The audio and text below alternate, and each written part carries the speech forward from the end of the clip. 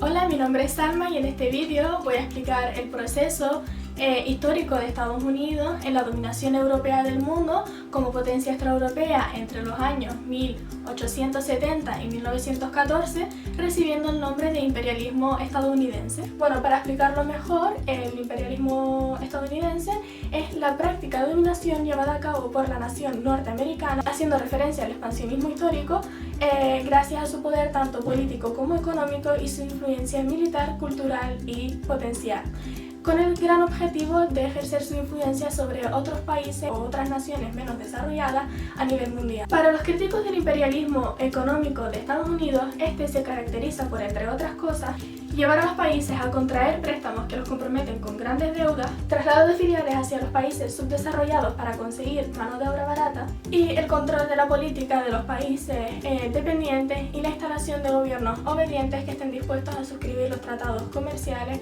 que abaraten para Estados Unidos los costes de las materias primas que éste necesita para el mercado mundial y que eximan a sus empresas multinacionales de pagar aduanas en esos países. A comienzos de la década de 1990 se dictó a los países de América Latina un listado de políticas económicas de organismos financieros internacionales y centros económicos con sede en Washington DC tendientes a implantar el neoliberalismo. Este listado incluía las siguientes medidas económicas: la privatización y desamortización de las propiedades estatales, la desregulación de la economía, la reforma de las leyes laborales, por ejemplo, abaratando el despido, liberalización de las tasas de interés, liberalización del comercio internacional, trade liberation, y liberalización de la entrada de inversiones extranjeras directas. Su resultado fue la reducción de los sueldos, el aumento del desempleo debido a la quiebra de las industrias estatales que concentraban la mayor parte de las fábricas en estos países y el endeudamiento a través de empréstitos.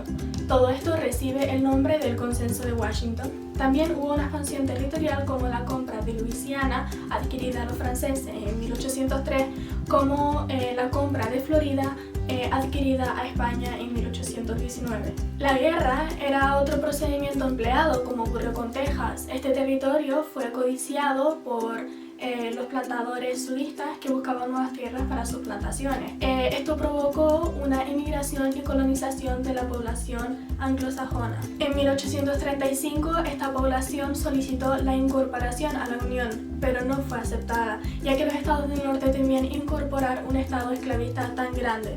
Al final, el proceso desembocó en una guerra contra México, que es el caso de la guerra de Estados Unidos contra México en 1848.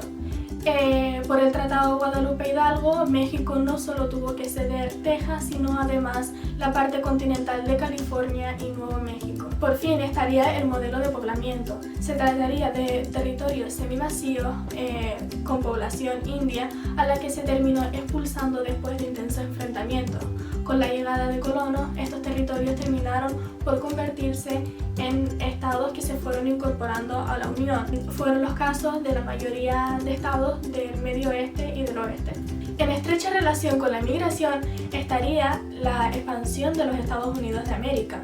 Las 13 colonias de la costa este norteamericana se convirtieron en el embrión de una nueva nación. A partir de 1840 a 1850 hubo un crecimiento vertiginoso de la migración blanca hacia los Estados Unidos. Los inmigrantes europeos buscaban oportunidades de trabajo y tierras en la nueva nación y se asentaron esencialmente en los estados del norte. Su creciente número los empujó a la conquista de nuevas fronteras y condujo a los colonos desde el este hacia el oeste y desde los Grandes Lagos hacia Río Grande. El avance hacia el oeste fue una historia de guerra y exterminio de los indios para permitir el asentamiento de agricultores y ganaderos blancos cuya actividad era incompatible con el sistema de caza en enormes extensiones de tierra practicado por los indios. A partir de 1849 se desencadenó un verdadero expolio de las tierras indias, asediadas por granjeros, ganaderos, cazadores de bisontes y por el propio ejército. Las tribus indias fueron diezmadas y condenadas a reservas áridas en donde escaseaba la caza. A finales de siglo, las naciones indias habían sido prácticamente exterminadas. Por otro lado, la población negra creció durante el siglo XIX, aunque en términos relativos, ya que en la total población el porcentaje de esta tuvo un inferior nivel de vida lo que provocó una mayor tasa de mortalidad. Volviendo a la marcha de colonos hacia el oeste, esta tuvo mucho que ver además con el descubrimiento de riquezas como la testigua, la famosa fiebre del oro de California o, como ya he dicho anteriormente, la necesidad de grandes espacios para la agricultura y el ganado. La rapidez de la colonización se debe además a la expansión del ferrocarril. Se construyeron 3 grandes líneas transcontinentales. Al norte estaba la Northern, que unió Chicago con Astoria en el Pacífico. En el centro estaba la Kansas, que unió Chicago con Sacramento y con San Francisco de California. Y por fin al sur estaba la Southern Pacific, que terminaba en Los Ángeles. Esto favoreció el triunfo del capitalismo, ya que unió el este agrario con el este industrial. Asimismo, tuvo una imparable ascensión económica con enormes recursos naturales, en el que un buen número de emprendedores invirtieron en las fábricas y en los negocios. A finales del siglo XIX, Estados Unidos apareció en la escena internacional convertida en una gran potencia, preparada para competir con los intereses europeos en todo el mundo. Al mismo tiempo, se produjo una renovación de sus estructuras políticas. Se adoptó el sufragio universal masculino, se volvieron electivos muchos cargos que antes no lo eran y se consolidaron los 2 grandes partidos, el republicano y el demócrata. Ahora voy a proceder a explicaros un poco sobre el enfrentamiento que tuvo el norte y el sur de los Estados Unidos.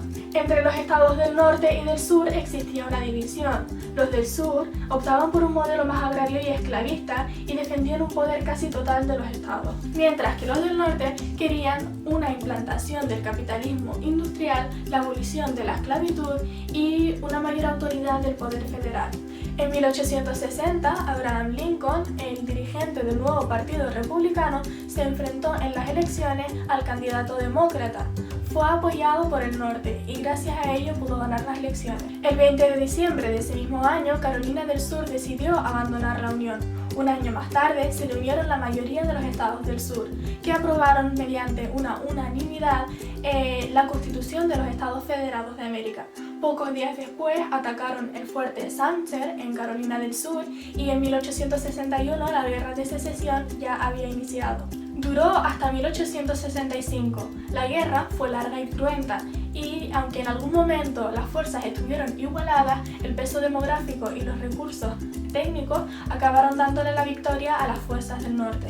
El conflicto resolvió cuestiones fundamentales que habían dividido los Estados Unidos desde 1776. Se puso fin a la esclavitud, se decidió que Estados Unidos era una sola nación indivisible y se conformó el camino de la industrialización del país. En cuanto al imperialismo político, el gobierno de Estados Unidos, según numerosas fuentes de información, ha derrocado o tratado de derrocar a numerosos gobiernos percibidos como hostiles.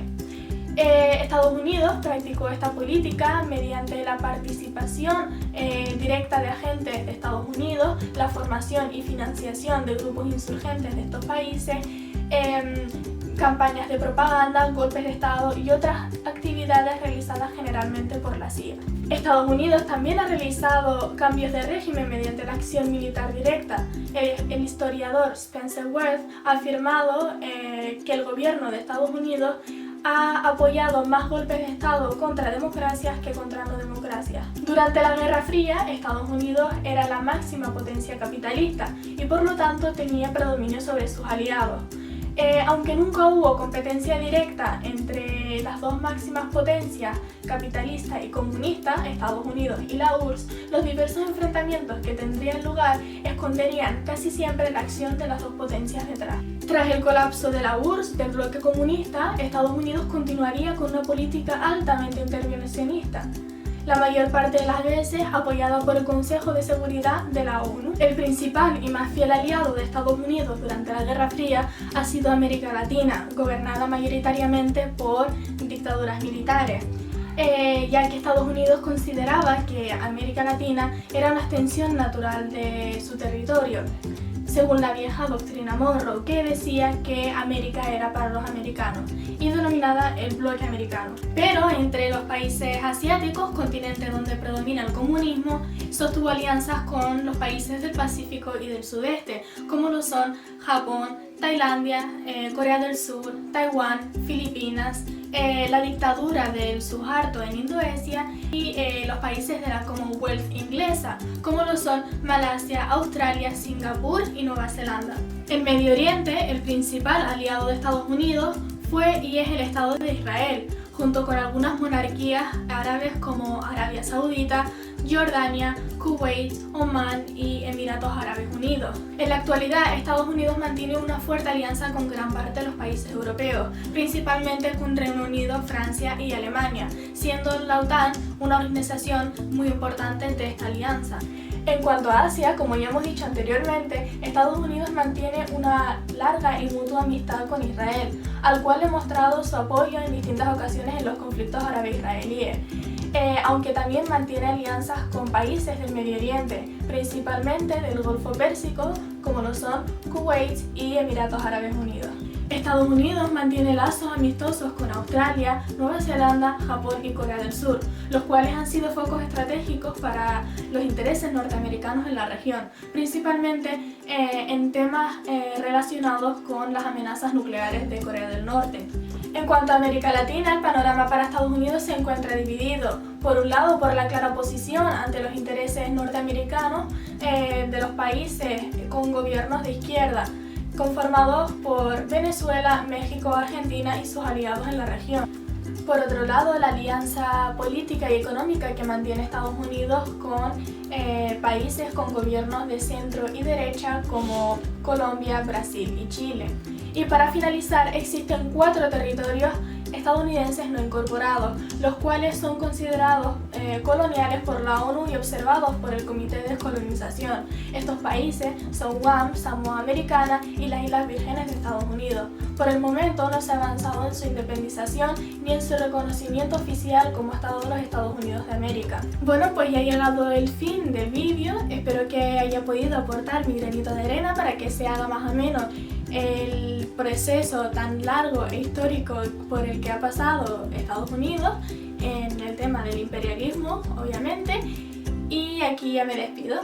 Muchas gracias para el mercado mundial. Y que eximan a sus empresas multinacionales de pagar aduanas en sus países. Fue una historia de guerra y exterminio.